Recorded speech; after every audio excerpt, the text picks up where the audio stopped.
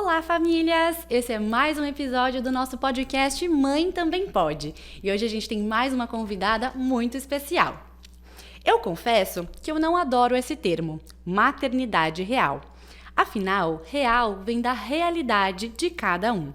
E num país com dimensões continentais, nossas realidades são muito distintas.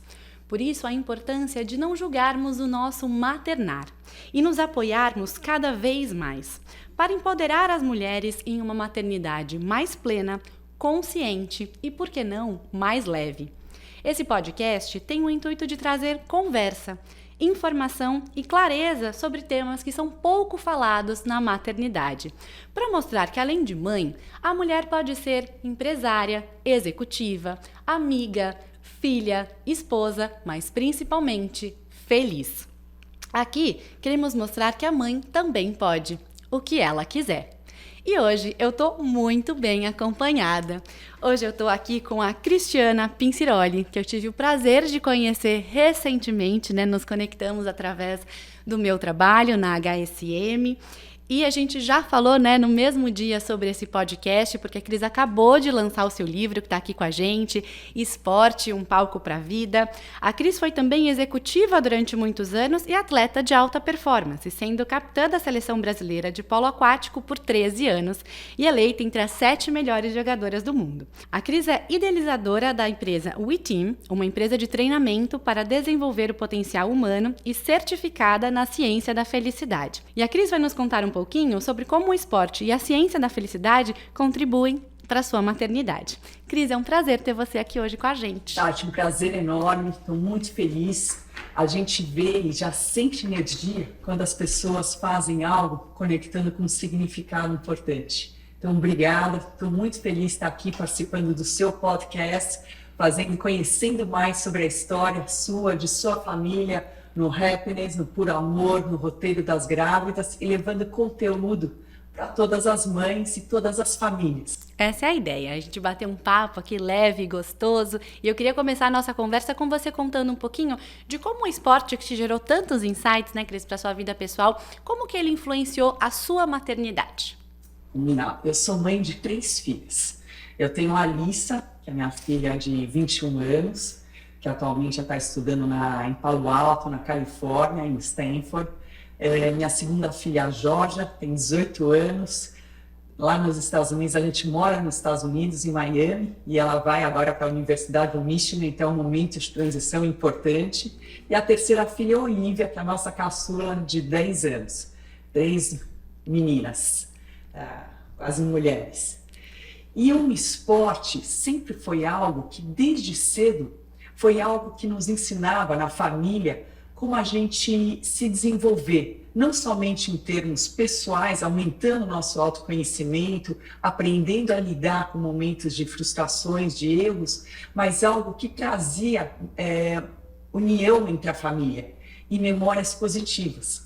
Então, durante a maternidade foi muito interessante, porque eu vim do esporte de alta performance. Como você me apresentou, tem todo esse histórico de 13 anos, jogando como capitã da seleção brasileira, joguei profissionalmente na Itália, mas durante a maternidade eu fui levada a ouvir muito mais o meu corpo. Eu sempre, como atleta, aprendi a superar limites, a gente não deixar, quando uma dor está nos avisando, a gente parar, a gente sempre ir além. Mas isso muitas vezes é difícil, a gente precisa ouvir os alertas internos. E foi durante a maternidade que eu aprendi, de fato, a ouvir meu corpo e ver o que ele estava trazendo em termos. Ele falava, Cris, se você não parar, não descansar, eu vou te parar. Então, minha relação com o esporte durante a maternidade foi diferente. Eu imagino que tem até uma questão fisiológica, né, ali do sono, da maternidade, do cansaço. Muito bacana. Você já tinha, então, essa leitura do seu corpo para esse momento, né? Eu não tinha, Tati. Eu aprendi durante a maternidade. Que bacana. Então, que eu bacana. achei até que a maternidade era uma coisa que eu queria muito, mas que eu ia levar de uma forma muito mais tranquila. Eu já tinha em mente que eu teria um esporte como um grande companheiro, me ajudando a toda a parte gestacional com maior qualidade para mim, para o meu bebê. mas o jeito que eu via e o esporte, essa flexibilidade de ajustar o que o corpo está precisando, que tipo de esporte, eu aprendi durante a maternidade. Incrível. E eu queria que você falasse pra gente um pouquinho de como é que você enxerga que o esporte hoje pode ajudar na qualidade mental e física das mamães. O esporte é algo que toda vez a gente pratica, a gente sabe que produz uma série de hormônios, um coquetel de hormônios do bem. Então aumenta desde a dopamina, serotonina, o cortisol, que em momentos de competição, e esses hormônios te trazem, por exemplo, a serotonina e a dopamina são considerados hormônios da felicidade, porque te fazem sentir bem.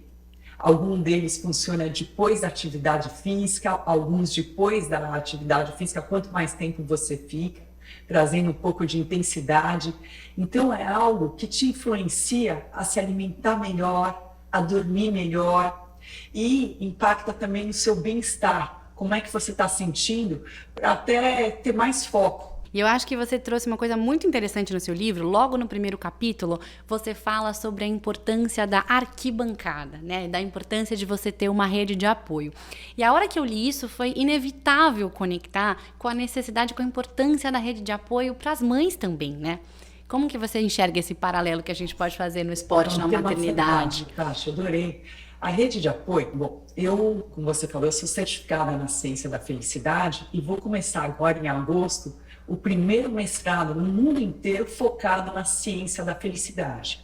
O que a gente estuda é toda a parte científica de pesquisas da medicina, da psicologia, da teologia, da filosofia, o que eles falam sobre como a gente pode promover uma vida com mais bem-estar e plenitude. E o maior indutor da felicidade é o nosso relacionamento, os nossos relacionamentos. E aqui não é a quantidade de pessoas, muito mais a qualidade. E foi interessante, eu sempre fui muito independente, já desde cedo, com 18 anos, eu comecei a trabalhar num programa de trainee, quando eu já era atleta, depois eu fui morar na Itália, profissionalmente, voltei. Mas durante a maternidade, eu aprendi a pedir muito mais ajuda. Durante o período gestacional e também avisar quando eu precisava também dormir um pouco mais, quando eu não precisava mais de breaks ao longo do dia, de descanso, ouvir o corpo, falar, mas como uma profissional, um banco, mercado financeiro, podia se permitir. A gente tem que se permitir cada vez mais, que quanto mais você se permite, mais completa você vai estar para produzir. Isso é uma coisa que você começa a ser mais tolerante consigo mesmo e influenciar aquelas pessoas ao seu redor. Que você mostra que mesmo grávida, se você está com sonhos, você vai continuar produzindo tão bem ou melhor, que sua visão fica outra. E é algo, então eu pedi ajuda desde me acompanhar, uma participação do meu companheiro, do meu marido na época, visitando os médicos, quando eu não estava sentindo bem, vir me buscar, quando eu precisava de um apoio também, minha mãe está comigo, comidas diferentes. Então isso foi, e a gente vê que é uma grande fortaleza saber pedir ajuda, contar com essa sua arquibancada, com as pessoas que querem o seu bem e você quer o bem delas. Então isso fez toda a diferença durante a maternidade e depois quando eu tive minhas filhas também. Muito legal você trazer essa perspectiva, porque é isso, né? Pedir ajuda, na verdade, não é um sinal de fraqueza ou de vulnerabilidade. É o que você falou, a gente fica ainda mais completa, né? A gente fica ainda mais de forma integrada, né? Quando a gente olha a saúde física, a saúde mental, saúde emocional, quando a gente tá com todas essas áreas cobertas, a gente tá melhor, né? E a gente vai cuidar de um outro ser humano, né? De um bebê, quando a gente tá melhor, né? A gente vai cuidar ainda melhor. Exatamente. E é interessante, Tati, que quando você perguntou também no início, o que o esporte ajuda na maternidade, quando eu me tornei mãe, no esporte a gente descobre que nada vem pronto. É um processo que você tem para ir conquistando a maestria numa habilidade, para você se tornando melhor. Então é importante da prática, a importância de ter coragem para experimentar coisas novas, para você refletir sobre esse aprendizado, Hora você vence, hora você perde, você aprende a perder, aprende a ganhar também, que se você fica arrogante, você perde no próximo jogo. Interessante que durante a maternidade é um processo de 9 meses. Então, você traz também aquela calma e aquela confiança no processo. Então, teu início, os 3 primeiros meses, eu senti muito mal, depois eu sentia esgotada, muito sono, depois momentos que eu tinha, após o almoço, queria dormir também, algumas vezes conseguia ou não, a importância de levantar durante as reuniões que eu precisava ir no banheiro. Então, você vai vendo isso, e eu vejo a diferença da minha primeira filha e minha terceira maternidade, como eu trazia muito mais esse sorriso que está agora, eu me divertia com esses momentos, porque você aprende que isso passa. Então é uma montanha-russa de hormônios que você vai aprendendo também a ouvir e como lidar com isso com mais naturalidade. É muito legal. Eu amei isso que você falou de ser um processo, porque é isso, a gente precisa também incentivar as mamães a terem cada vez mais autorrespeito, autocuidado consigo mesmas, né? Porque a gente acha que, a gente fala, nasce um bebê, nasce uma mãe, mais ou menos, né? Porque os dois estão ali num processo de aprendizado, né? Então, você também nunca foi mãe, né? Você está aprendendo a ser mãe. Então, acho que a gente também tem que ter um pouquinho dessa paciência de assim, poxa, vão ter dias bons, vão ter dias não tão bons assim, poxa, hoje isso eu não fiz, não foi muito legal, mas amanhã eu vou tentar fazer diferente. É um processo de aprendizagem, né? E essa era a minha próxima pergunta, que eu acho que você já conectou muito bem aqui, que o esporte nos coloca muito nesse lugar, né? Você também fala no livro sobre a adversidade, da gente aceitar a zona de desconforto. E como é difícil isso, né? Como que você enxerga esse paralelo dessa zona de desconforto do esporte com a maternidade? Sem dúvida. É uma zona que te coloca, é interessante, uma zona de desconforto, estava até refletindo um pouco sobre esse termo, mas é muita novidade. Você é colocado numa posição nova, você nunca vivenciou a maternidade. Então, para uma atleta, por exemplo, trazendo meu ponto de vista, eu era acostumada muito àquele puxar cada vez mais, aquela virilidade, aquela força física para ir. E controle, né? Que no esporte algumas coisas estão sob o seu controle também, né? Que na maternidade muitas não estão, mas você aprende a focar aquilo que você tem controle e você consegue controlar. Então, para conseguir ser uma profissional, ser uma atleta, estar morando aqui, dar conta de todos os dias, eu tinha uma agenda muito bem planejada. E foi interessante que durante a maternidade eu falava, que loucura é essa? Todo o meu planejamento está indo por água abaixo. E tem vezes eu falava, não consigo organizar, não estou conseguindo dar conta disso que eu tinha estruturado, porque eu sempre me puxei bastante. Então isso foi a beleza é uma zona de desconforto do totalmente desconhecido. E como você mergulha nessa fase na natureza de 9 meses e você vai aprendendo a lidar com isso. E até no começo, eu lembro que quando engravidei, eu falava, nossa, e agora? Como é que vai mexer? Eu falava, não vai mexer nada, eu vou ter minha filha, vou voltar a trabalhar normalmente. Até falava na época da licença maternidade 4 meses. Eu falava, vou reduzir isso, imagina, eu chamar a equipe para vir aqui fazer reuniões comigo, porque eu sempre curti trabalhar também. E aquilo você vai indo, todas essas transformações, você começa a ver de forma diferente. Como é que você começa a crescer, como você fica mais vulnerável, como você não dá conta de tudo lá do fisicamente, mas como eu falei, você fica muito mais emotiva para perceber as pessoas, você fica muito mais empática, você fica muito mais sensível às coisas que estão acontecendo durante o dia, que isso é tão especial. E daí quando você tem um bebê, esquece, você quer estar com o bebê, é o momento que você precisa, e às noites, quem fala que a maternidade é perfeita, eu tinha umas amigas que falavam, meu bebê dorme a noite inteira, eu falava, eu truco. É a lei do abandono da maternidade. A noite inteira eu acordava, dormia, falava, será que algum dia eu vou ter as minhas 8 horas de sono? Mas você também aprende isso, e é um momento sua conexão com o bebê, é quase um mundo que gera. E it's ok. Você se permitir isso daqui também. E acabar uns 4 meses e voltava até com uma dor, para o trabalho, era um momento de transição e era importante ter o companheiro, ter o marido, aquela pessoa ao seu lado para te trazer também para a realidade, porque sua vontade é proteger o máximo possível. Cada um tem uma experiência, mas trazendo minha perspectiva. Então, lidar com isso é importante, muitas famílias fazendo, que vão ser muitas novidades e trazer essa flexibilidade já no mindset para lidar com isso, ver como você vai aprender essas novas perspectivas. Muito legal, Cris. E você falou, a gente falou aqui dessa prioridade que o bebê vira e que é natural, né? A gente acaba focando muito no bebê, mas é muito importante a mãe também lembrar de si, né? O tempo todo, né? De se cuidar, seja da sua saúde física, da sua saúde mental. E você fala no seu livro também que no esporte vocês tinham os rituais de reenergização. Eu achei tão bacana, porque eu acho que a mãe também precisa disso, né? Dentro da sua rotina, criar os seus próprios rituais para se reenergizar, para continuar nessa jornada, né? Fantástico esse ponto que você está trazendo, porque na maternidade você aprende muito, você cuidando de si, você está cuidando do seu bebê. A conexão, mesmo após que nasce, é muito grande com a mãe, com a família que está. Então, igual no avião, como você tem que colocar primeiro a máscara de oxigênio em si mesmo, para depois colocar para as crianças quem está ao seu redor, isso vale muito na maternidade.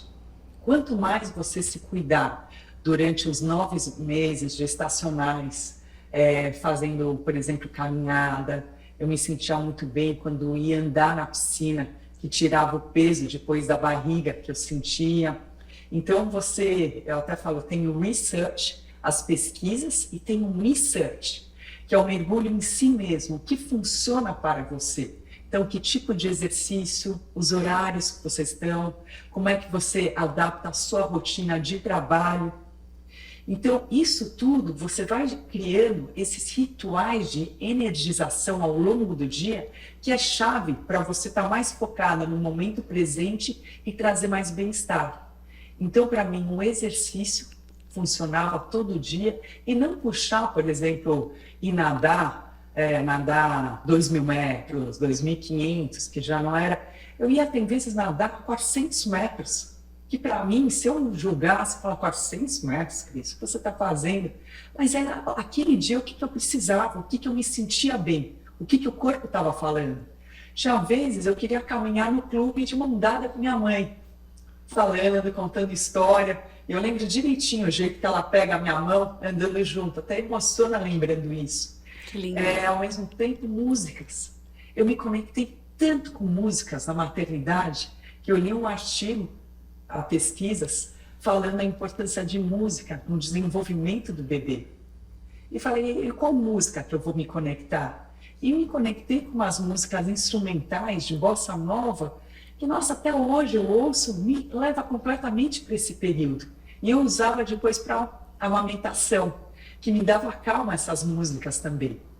Então, essas breves rotinas ao longo do dia, desde respiração, desde a música, desde pegar um livro e se permitir um momento para leitura, o sentar e comer e reparar um pouco com o que você está com fome hoje, o que você está querendo explorar, brincar com as mudanças de paladar que você está tendo. Tudo isso te permite avançar muito no research e vai te ajudar a beneficiar o seu filho, o seu bebê.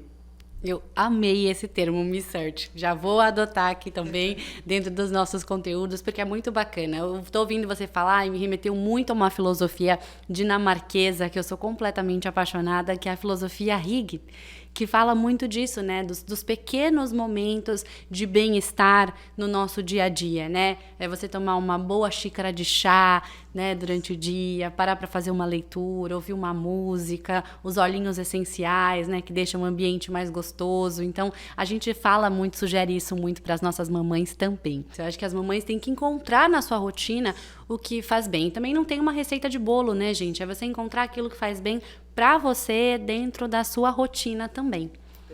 E queria trazer mais um tema aqui também ainda sobre o livro, que você fala muito da importância do trabalho em equipe e da comunicação com essa equipe. Também para mim foi inevitável pensar no trabalho em equipe que acontece dentro de casa quando a gente tem um bebê, né? Um recém-nascido. Como é que foi um pouco dessa sua experiência, Cris? Que você conseguiu trazer um pouco do esporte também para dentro de casa nesse quesito? Foi um aprendizado, porque eu lembro com minha filha mais velha, a Alice, no início eu tinha muito aquilo, eu vou dar conta de tudo. Então é algo que falavam em ter ajuda, ter uma babá, Como uma a gente enfermeira. se coloca nesse Eu lugar, quero. né, gente? Da gente dar conta de tudo. Eu falei, eu quero dar conta de tudo, a minha filha. Então foi algo que eu vi o quanto que era puxado. E uma vez eu lembro que eu estava trocando ela, eu estava completamente cravada já aqui no pescoço, porque minha primeira filha tinha muita cólica. E até meu marido chegava do trabalho, ele falava, Cris, deixa eu segurar um pouco. Eu falava, pera, Luiz, acho que ela já vai parar. E eu já estava com ela, eu já estava pingando. E quanto mais eu suava, mais ela sentia a minha aflição. Porque eles e além sentem, da né? que sentia. E tem vezes até meu marido, depois de chegar do trabalho, ia se trocar, mudava de roupa, lavava as mãos, tudo aquele ritual, pegava, ela parava na hora. Eu falava, não. Fazia até sacanagem. Eu falava, que loucura é isso. Mas isso, quanto é importante, que eu aprendi muito na segunda, e na terceira, então, usufruir desses momentos, quem está ao redor para te ajudar. Então, seja o seu marido, seja os avós quando vêm visitar. Porque eles curtem também, Exato. né? E se permitir, quando precisa, ter uma babá ou uma enfermeira também. E na minha terceira, eu lembro que eu precisei. E a enfermeira cuidava de mim. Eu ficava melhor para cuidar da minha filha, da Olivia, que é a caçulinha. Eu lembro que depois de amamentar, eu tinha muita sede. E o que eu mais sonhava é o suco de laranja que ela trazia. Então também era um ritual para mim que virou, que era uma delícia. O amamentar com a música que eu tinha, toda eu fazia um seio, trocava ela, depois o outro, e o meu suco de laranja no momento que ela dormia. Eu falava, que delícia isso. Então, como você vai ajudando, vai criando essa arquibancada de suporte para você estar melhor, e você estando melhor, provém o melhor para a sua família. Desde a sua filha, que no caso a mais nova, tinha que cuidar dela, as duas mais velhas, que eram pequenas ainda, a Alissa já tinha 10 anos, a Jorge 7, que me ajudavam, e cuidar do meu marido também, cuidar de mim, permitir andar. Eu lembro que na primeira, eu tomava banho, eu ficava ouvindo ela chorando. Eu falava, não é possível, ela não está chorando. Mas ficava aquela, eu tenho que dar conta. E depois você vai vendo, se dar permissão para ser humano.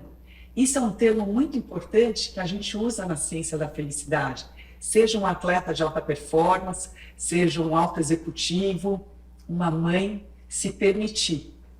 Incrível, e concordo plenamente com isso que você está trazendo. É muito importante a gente dividir também, né? Porque eu acho que tem um pouco de energia da mãe também, que está ali muitas vezes sobrecarregada, cansada. Eu tenho várias amigas que brincam que eu sou a tia do sono, né? Que os bebês vêm pro meu colo, eles dormem.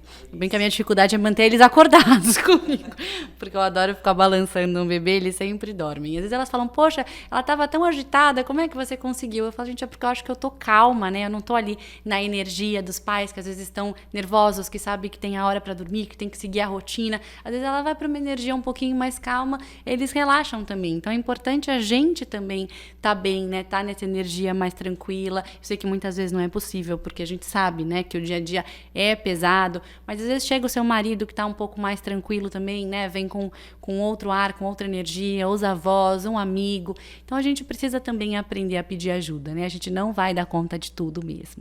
E, Cris, eu queria também fazer uma pergunta que eu acho que é muito bacana e você pode trazer uma perspectiva legal, que é a sua visão sobre a importância do esporte na vida das crianças. Então, não só, né, em toda a questão física, claro, de saúde, mas na formação de personalidade, na saúde mental. Como é que você tem enxergado isso? Porque a gente vê um certo movimento das crianças hoje, né, cada vez mais nas telas, cada vez mais dentro de casa, se distanciando um pouco disso no esporte. Eu acho que você pode trazer um pouco da tua visão em relação a isso, né? Da importância de a gente não perder esse vínculo. Legal, Tati. E foi até baseado nessa pergunta que eu comecei a receber de várias famílias que eu criei o curso online Crescer com o Esporte, que já traz justamente isso. Um esporte é um laboratório para a vida.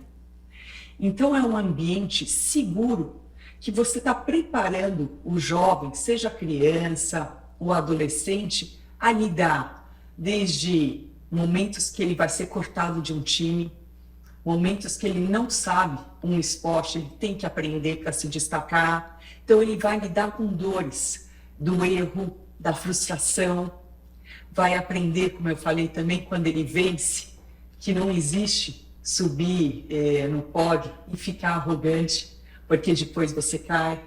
Vai aprender noções de um trabalho em equipe, porque mesmo em esportes individuais, como o tênis, a natação, tem uma equipe, tem os colegas que vão treinar também. Então você desenvolve muitas das competências socioemocionais, aprende a ouvir o outro, a desenvolver a empatia.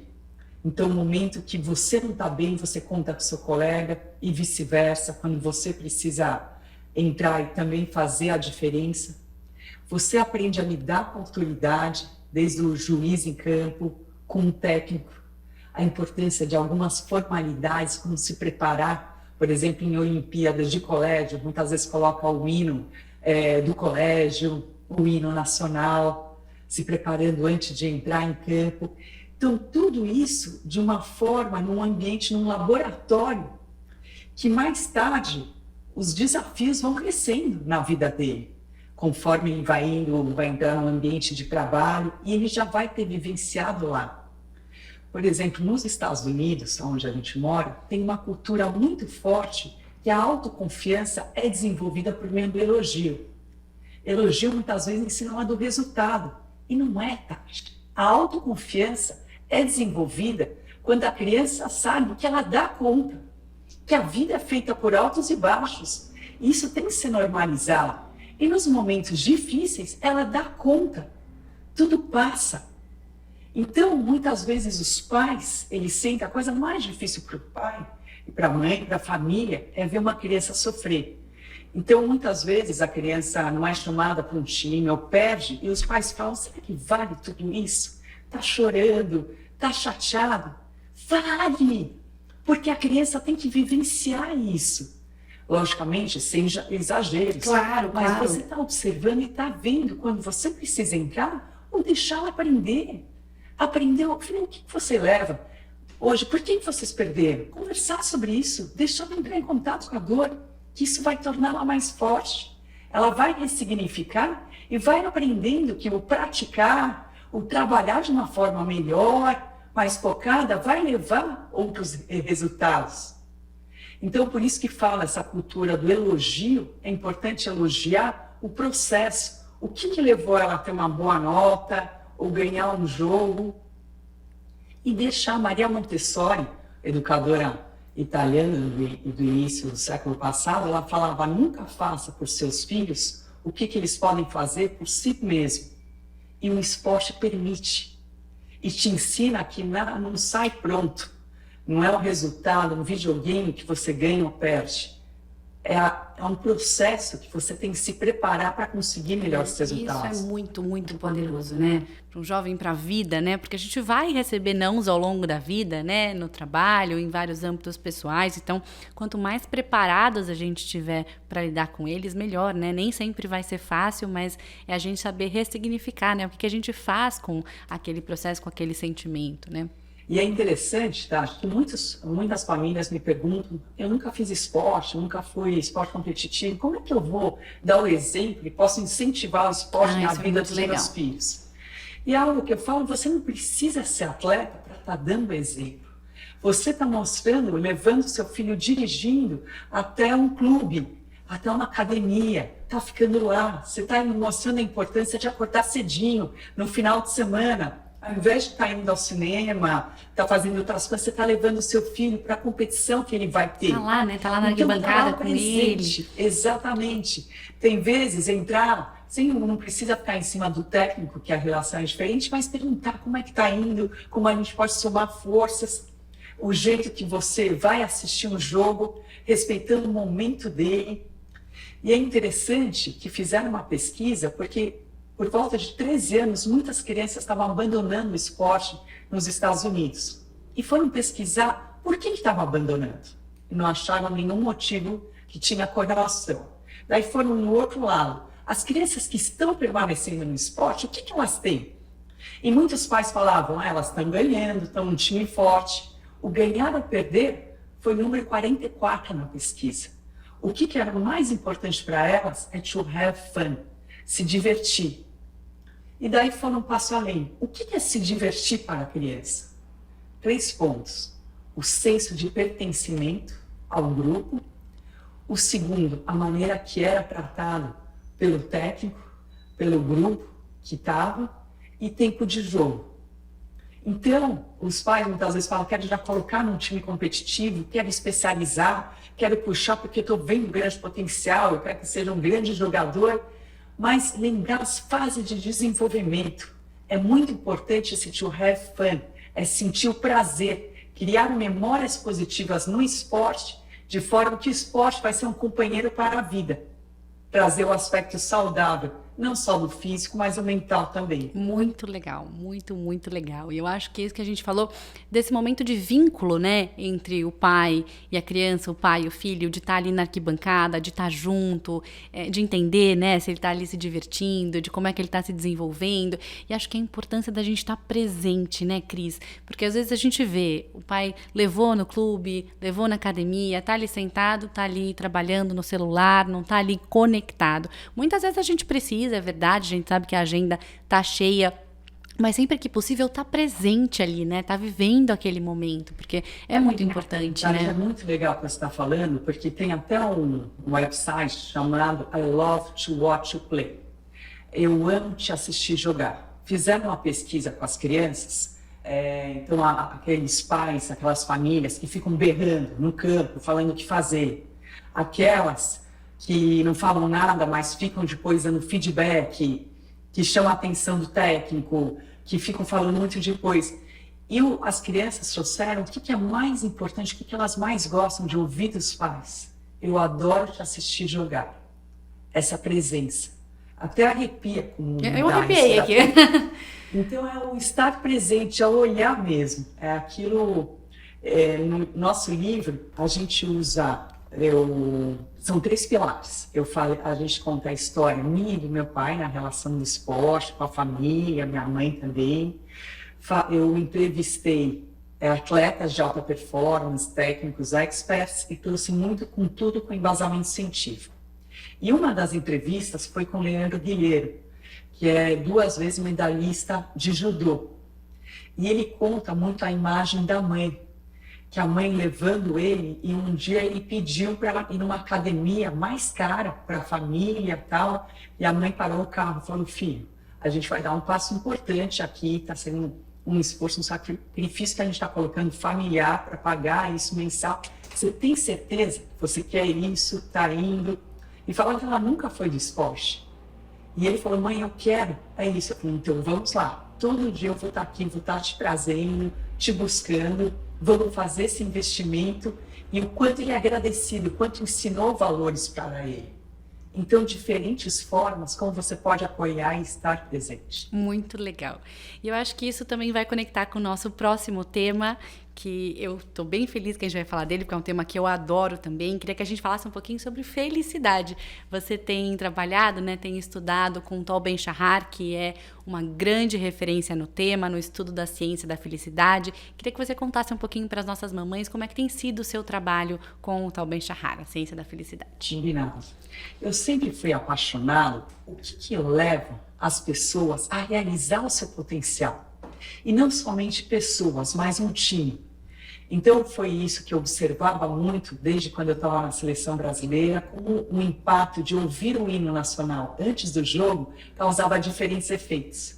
Para mim, por exemplo, eu enchia de energia, representando o país, aquele orgulho. Para colegas do meu lado, eu via que ficavam muito emocionadas e entravam, perdiam todo o benefício do aquecimento, perdiam completamente a concentração. Eu falava, o mesmo fato impacta diferente nas pessoas. Isso eu continuei investigando no ambiente de trabalho também. E o que eu fui vendo? Eu não tinha resposta, era uma bola quicando. Como a gente evitar o burnout, o esgotamento emocional, quando fala em alta performance?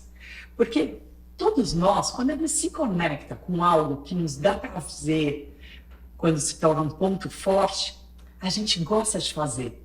E quando a gente gosta de fazer, a gente quer repetir, porque é a sensação do bem-estar. E a gente entra numa espiral ascendente de crescimento. Mas como fazer isso de forma que não fique exagerado? Você está ouvindo seus alertas internos e não entra num esgotamento. E isso também vale muito para a maternidade. Quando você está acostumada a um ritmo no trabalho, na sua rotina, e entra uma maternidade que o corpo te para em várias coisas, como você não se respeitar também. E quando eu saí do banco, que foi o momento que eu comecei a escrever meu livro, que eu conheci o Tal Ben-Shahar numa palestra, que ele na época era professor de Harvard, que falou que 81%, olha esse percentual, Tati, altíssimo, 81% dos alunos undergrads, que são os universitários em Harvard, até o 3º ano estavam entrando em ansiedade e depressão. Uau, muito alto. E ele, já doutor em psicologia, em filosofia também, falou, eu tenho que fazer alguma coisa sobre isso. E ele criou o curso da Ciência da Felicidade, que o primeiro módulo tinha 8 alunos, e em um pouco breve espaço de tempo, se tornou o curso mais popular de Harvard. Todo mundo querendo fazer. Porque todos nós almejamos a uma vida que a gente tenha mais plenitude e bem-estar. Isso não quer dizer que a gente sempre vai estar feliz. Isso não existe. A vida é feita de altos e baixos. Mas quando você trabalha de dentro para fora, em criar, trazendo conhecimento, criando rituais, que nós falamos de energização, usando ferramentas, trabalhando em você, quando acontece alguma coisa, uma doença, uma perda grande, uma perda de trabalho, de uma pessoa que você ama, você nunca consegue evitar, mas você vai estar melhor preparada para lidar com isso. Então, a gente até compara com uma doença. Não é que você não vai ficar doente, mas quando você vai evitar de ficar mais vezes doente, e quando fica doente, você se recupera mais rápido. Então, na ciência da felicidade, a gente estuda as diferentes filosofias, os escritores, o que a teologia fala, diferentes religiões, a psicologia, os estudos da medicina, o embasamento científico, trazendo a importância de criar os hábitos positivos, a importância do exercício, do sono, a importância do rituais, por exemplo, meditação, o que isso beneficia na sua vida. Uma das coisas mais faladas é o mindfulness, estar presente no aqui e no agora. Mas isso é um treino, é uma das coisas mais difíceis. A gente estando aqui conectado, o que um está falando? Quem está nos ouvindo, de fato, está ouvindo e não pensando, eu tenho que buscar meu filho, o que eu vou fazer mais tarde? Que é um exercício, e a gente sabe, é um exercício neural. Então, tudo isso a gente estuda na ciência da felicidade, como nos prepararmos melhor para aumentar o nível de bem-estar e plenitude em nossas vidas. Isso é extremamente importante e eu fiquei muito feliz da gente trazer esse tema, porque existe muito uma discussão ali da positividade o tempo todo, da positividade tóxica, e não é isso, é exatamente isso que você trouxe, não é estar bem o tempo todo, feliz o tempo todo, todos os dias, não é isso é impossível, né? Essa não é a vida real. Mas é como é que a gente ressignifica as situações, né? Se a gente tem uma situação difícil, um dia difícil, um sentimento ruim, é como é que a gente faz uma análise ali fria dele, né? Deixa eu entender por que eu tô sentindo isso, como é que eu tô reagindo a isso, o que isso tá me causando, e permitir que isso passe também, né? Fazer essa avaliação e a gente dizer assim, legal, entendo, sentir, se respeitar, se acolher nesse momento e ressignificar isso para que a gente possa voltar aos nossos hábitos mais positivos, né? Exatamente. O Tal Ben-Shahar até conta, quando ele criou o curso da Ciência da Felicidade, uma vez ele estava na cafeteria lá de Harvard e veio um aluno e falou, você que é o professor que criou a Ciência da Felicidade, agora eu vou ficar observando se algum dia você estiver triste.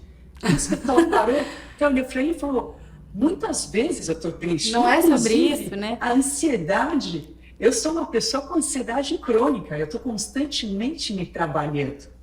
Então, isso está longe de dizer que muitas vezes a gente vê mensagem que fala toxicidade, como você falou, positividade tóxica.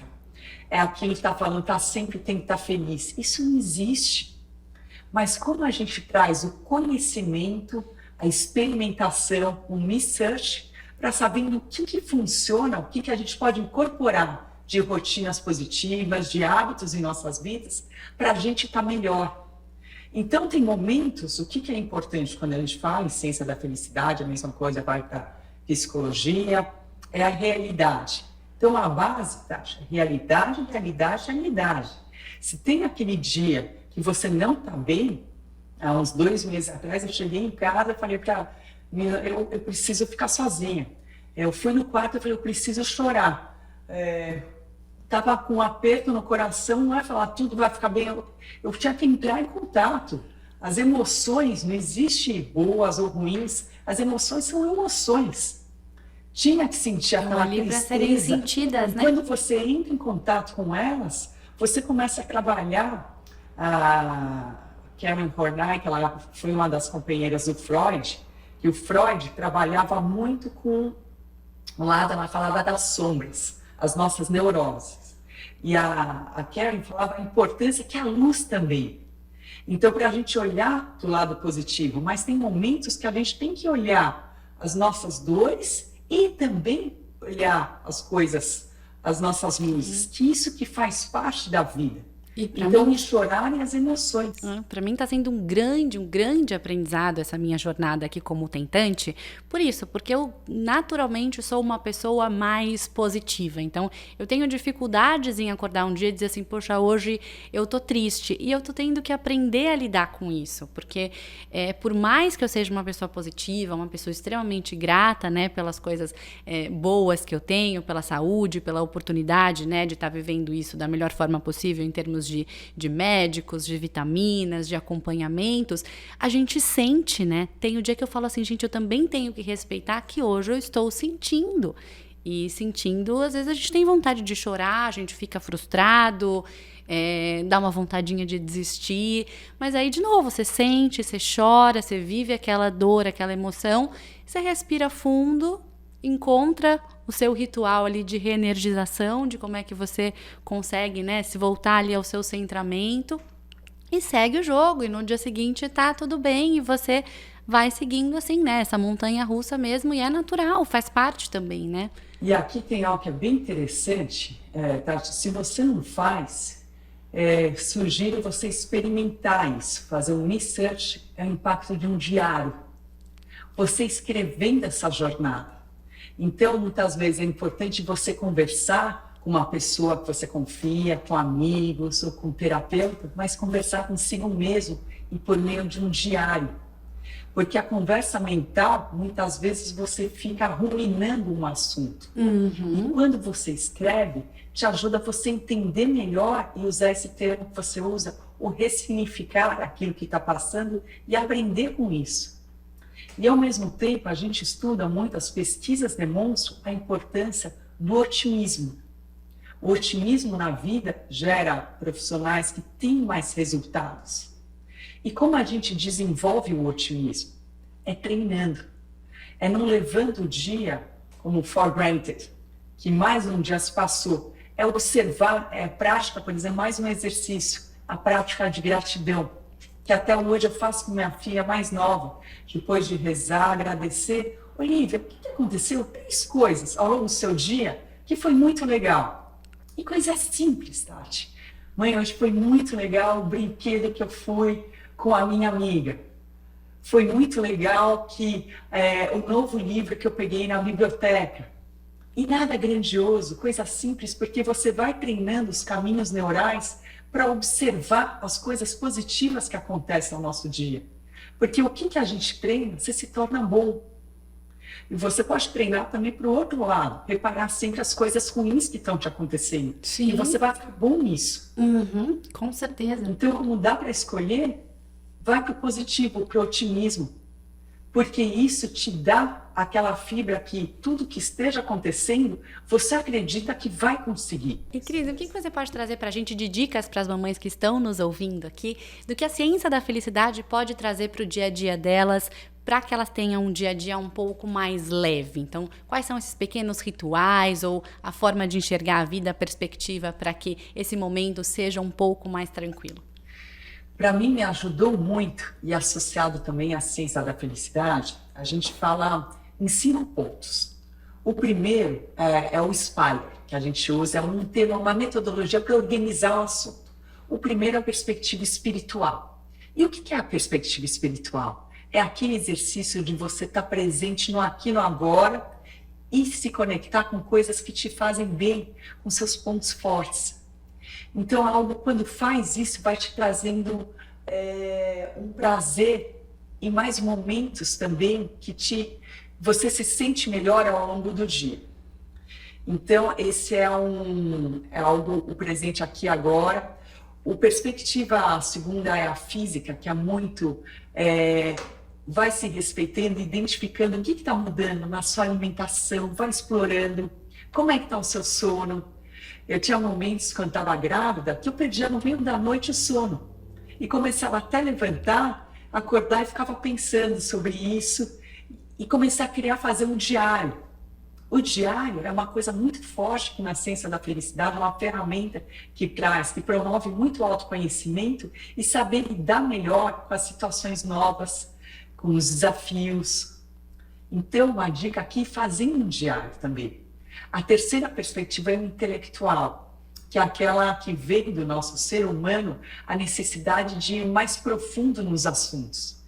O que me ajudou muito durante esse período é ter um livro que me preparava para as fases de gestação, o que estava acontecendo com o bebê, o que ia acontecer comigo mesmo, o que eu ia sentir. E eu adorei um livro sobre educação francesa, como mostrava também o bebê a melhor forma de educar, quando o bebê começa a se esticar e ele tem um brinquedinho que quer pegar, e falava que o maior erro é o adulto pegar e aproximar, que só esse exercício ele está calibrando, desenvolvendo a visão, olhando, focando o objeto, e ele aprende a ver o movimento da mão. Então ele coloca a mão em perspectiva com o objeto, e já começa a reparar nos dedos, nas distâncias, que tudo isso é uma jornada dele que a família está observando, não precisa levar o objeto.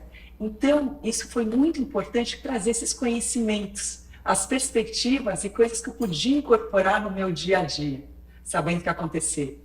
Terceira perspectiva, quarta, é o relacional, que é o que nós falamos bastante, a rede de apoio, as pessoas que estão ao seu redor. E a quinta são nossas emoções, é o Will Spire, a importância de ouvir o que as emoções estão nos contando, que é diferente do comportamento. Uma vez até o jovem atleta me falou, você já sentiu tanta raiva que você quis quebrar tudo ao seu redor? Eu falei, todos nós acho que já sentimos essa raiva muito forte, mas não justifica você quebrar tudo ao seu redor. Então, separar o que é emoção dos comportamentos, mas o que as emoções estão te contando também, e aprender com elas.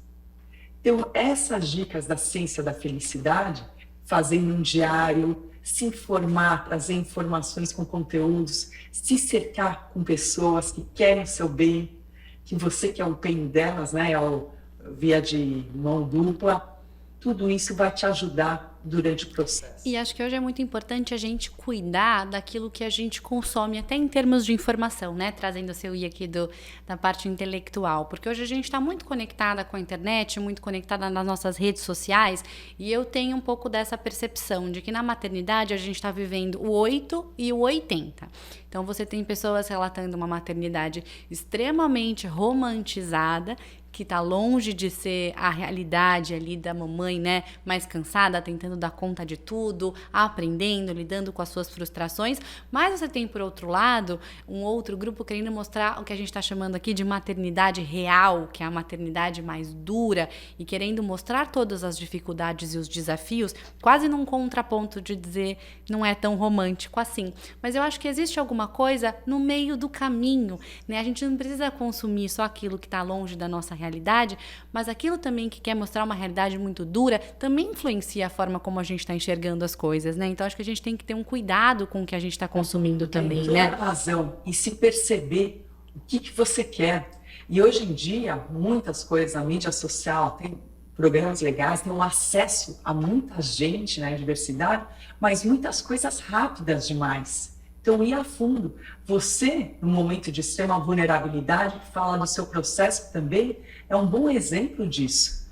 Como ouvir com pessoas que passam isso, o que informações pode trazer em momentos, você quer mergulhar em você mesmo, não quer ouvir. Então, isso se respeitar, que é muito essa perspectiva do EN, a permissão para ser humano. Muito legal. E Cris, para a gente fechar, porque a gente podia ficar aqui batendo horas de papo, né? Tem muito assunto para a gente falar. Eu queria que você trouxesse um pouquinho do teu olhar. A gente colocou o nome do nosso podcast de Mãe Também Pode. E eu queria muito que você trouxesse o seu olhar do que a mãe também pode. Como é que você enxerga esse termo? Mãe também pode sentir a fraqueza. Mãe também pode se dar a permissão de ser humana. Mãe também pode saber que não vai ser sempre flores, não vai ser sempre fácil, mas que vai dar conta. Tudo na vida passa. Eu queria acabar com um conto aqui, que tem na história no antigo Império Persa. Tinha um jovem rei que estava muito triste. Muito, muito triste, e todas as pessoas, os filósofos, os grandes estudiosos que cercavam ele, tentavam levar coisas diferentes, e tudo que eles tentavam não dava certo. Estava numa profunda tristeza. E uma vez foi um camponês e querendo falar com o jovem rei. Daí no começo bloquearam, falou, imagina, os grandes sábios estão tentando algo, não conseguem, o que o camponês vai ter a agregar ao jovem rei? E ele insistiu e até uma vez falou, então tá bom, vai falar. E ele chegou até o jovem rei e falou, deu para ele um anel e falou algo baixinho. E o jovem rei deu um sorriso para ele e foi embora. E a partir daí ele começou a ver uma melhoria no jovem rei que foi evoluindo um dia após o outro. E todos eles mencionando, o que será que falaram? O que tem aquele anel? Que segredo que estava trabalhando, e tiveram coragem, foram perguntar o que o camponês tinha levado a ele. E quando ele mostrou os dizeres dentro do anel, this too shall pass, isso também passará. Então, na vida, como as coisas passam. E o grande segredo é viver o momento, aprender com ele e curtir, que é um dos momentos mais lindos de nossas vidas. Tem muitos outros que você vai ter também, mas esse é um momento muito especial, abençoado. Obrigada, Tati. Um grande abraço para todos. Cris, muito, muito obrigada. Obrigada pelo nosso papo, pela sua disponibilidade, por tantos insights que a gente gerou aqui, por esse conto para a gente fechar, que eu acho que não tem frase que consegue fazer uma melhor explicação desse momento da mamãe, que é essa de tudo é fase e tudo vai passar. Então, muito obrigada. Foi uma delícia o nosso papo aqui hoje. Obrigada a você, Tati. Uma satisfação enorme. Perguntas, esse tema tão especial, tão no coração. Que bom, que bom. Pessoal, esse foi mais um episódio do nosso Mãe Também Pode e a gente se vê na semana que vem. Tchau, tchau!